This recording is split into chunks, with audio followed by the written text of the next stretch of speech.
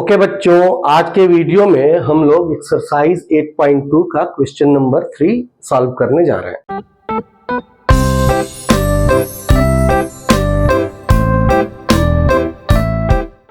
Question number 3 है, if tan a plus b is equal to under root 3 and tan a minus b is equal to 1 divided by under root 3 and 0 degree is less than a plus b less than or equal to 90 and a is greater than b, then find a and b। हमको a और b की value निकालनी है, तो let's get started. इसका solution देखते हैं।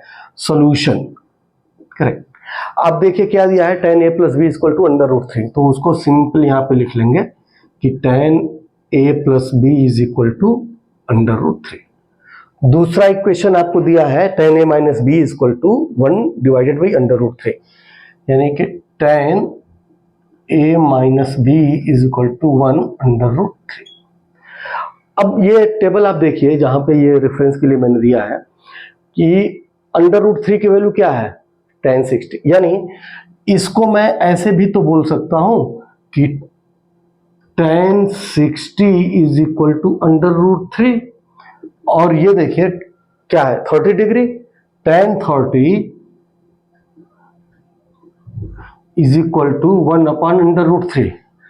अब मैं इसको और इसको कंपेयर करूं, इसको और इसको, तो मैं ये कह सकता हूं कि a plus B is equal to 60 और a minus B is equal to 30, a minus B is equal to 30। अब इनको हमको, ये मान लीजिए इक्वेशन 1 है और ये मान लीजिए इक्वेशन 2 है। अब इनको हमको सॉल्व करना है। सीधे सिंपल अगर जो मैं ऐड कर दूंगा तो ये b से कट जाएगा और a और a 2a हो जाएगा और ये हो जाएगा 90। a की वैल्यू हो गई 45 डिग्री। करेक्ट।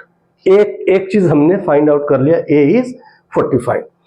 अब किसी एक इक्वेशन में, इक्वेशन 1 और इक्वेशन 2, किसी में हमें a की वैल्यू रख दूंगा। मान लीजिए इसमें रखता हूँ इक्वेशन 1 में, तो इक्वेशन 1 में जैसे ही रखूंगा मैं, तो 45 plus b is equal to 60, यानी कि b की वैल्यू हो जाएगी 60 माइनस 45 और ये आ गया आपका 50।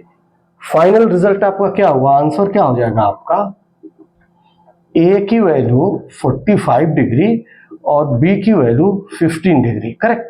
अब आइए इस कंडीशन को मेट करते हैं।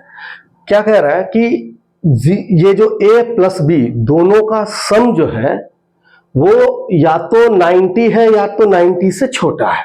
करेक्ट। अब आप a प्लस बी कीजिए तो a plus B is equal to 60। Correct. तो यहां से भी आप देख लीजिए, 45 और 15 ऐड करेंगे तो 60, और 60 इज लेस देन और equal to 90 and greater than 0। Okay.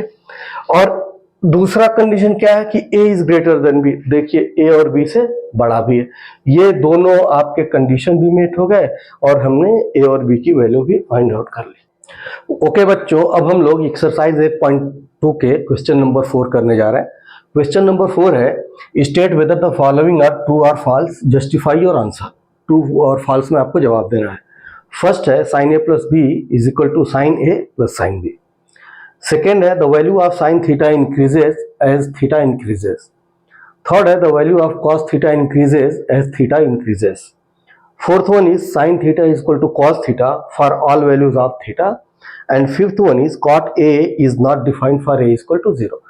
तो एक एक करके हम क्वेश्चन लेते हैं और उसको देखते हैं कि इसका क्या सही जवाब क्या है। सबसे पहले हम इसकी बात करते हैं, साइन a प्लस बी और is equal to sine a plus sine B. Okay, तो फर्स्ट पार्ट को हम करते हैं, साइन a प्लस बी। ये हमको देखना है कि क्या ये साइन a और प्लस साइन b के बराबर होता है, तो इसका सीधा सा आंसर है ये फॉल्स है। ठीक, यानी कि इसको मैं बोल दूंगा फॉल्स। अब ये हम जस्टिफाई करते हैं कि ये फॉल्स कैसे है। आप कंसीडर कीजिए कि इसमें से किसी दो वैल्यू को आप ले लीजिए जो ऊपर दिया हुआ है टेबल में, 30 को 60 को या जिसको भी लेना।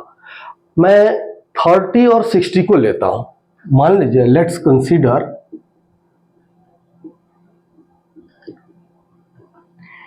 a is equal to 30 degree and B is equal to 60 degree, correct, ये मैंने मान लिया। अब मैं इसको लेफ्ट हैंड साइड है हमारा साइन ए प्लस बी। इसका क्या मतलब हुआ, जब a प्लस बी करेंगे तो इसकी जगह मैं 90 लिख सकता हूँ, 60 एंड 30 क्या हो जाएगा 90, तो ये क्या हो गया साइन 90, और साइन 90 की वैल्यू क्या है 1, करेक्ट। तो आपका लेफ्ट हैंड साइड क्या आया 1। नाउ अब हम राइट हैंड साइड की बात करते हैं। राइट हैंड साइड हमारा क्या है, ये है साइन ए प्लस साइन बी। इसका मतलब ये हुआ कि मैं इसमें ए और बी की वैल्यू रख दूं तो क्या हो जाएगा साइन 30 और प्लस साइन 60। साइन 30 की वैल्यू आप देखिए क्या है 1/2 और साइन 60 की वैल्यू क्या है √3/2। इसको हम सम करेंगे तो क्या आएगा 1 प्लस √3/2। इसका क्या मतलब हुआ कि आपका राइट हैंड साइड ये है, इट मींस कि left hand side does not equal to right hand side, correct. तो यही बोल रहा है ना कि ये बराबर होता है, बट एक्चुअल में ये बराबर नहीं होता है, ये हमको प्रूफ करना था, इसलिए ये स्टेटमेंट होगा फॉल्स। ओके, अब हम इसके दूसरे पार्ट की बात करते हैं। सेकंड है the value of sine theta increases as theta increases. ये स्टेटमेंट ट्रू है। इसके लिए आपको सिर्फ और सिर्फ इस टेबल को ध्यान से देखना है।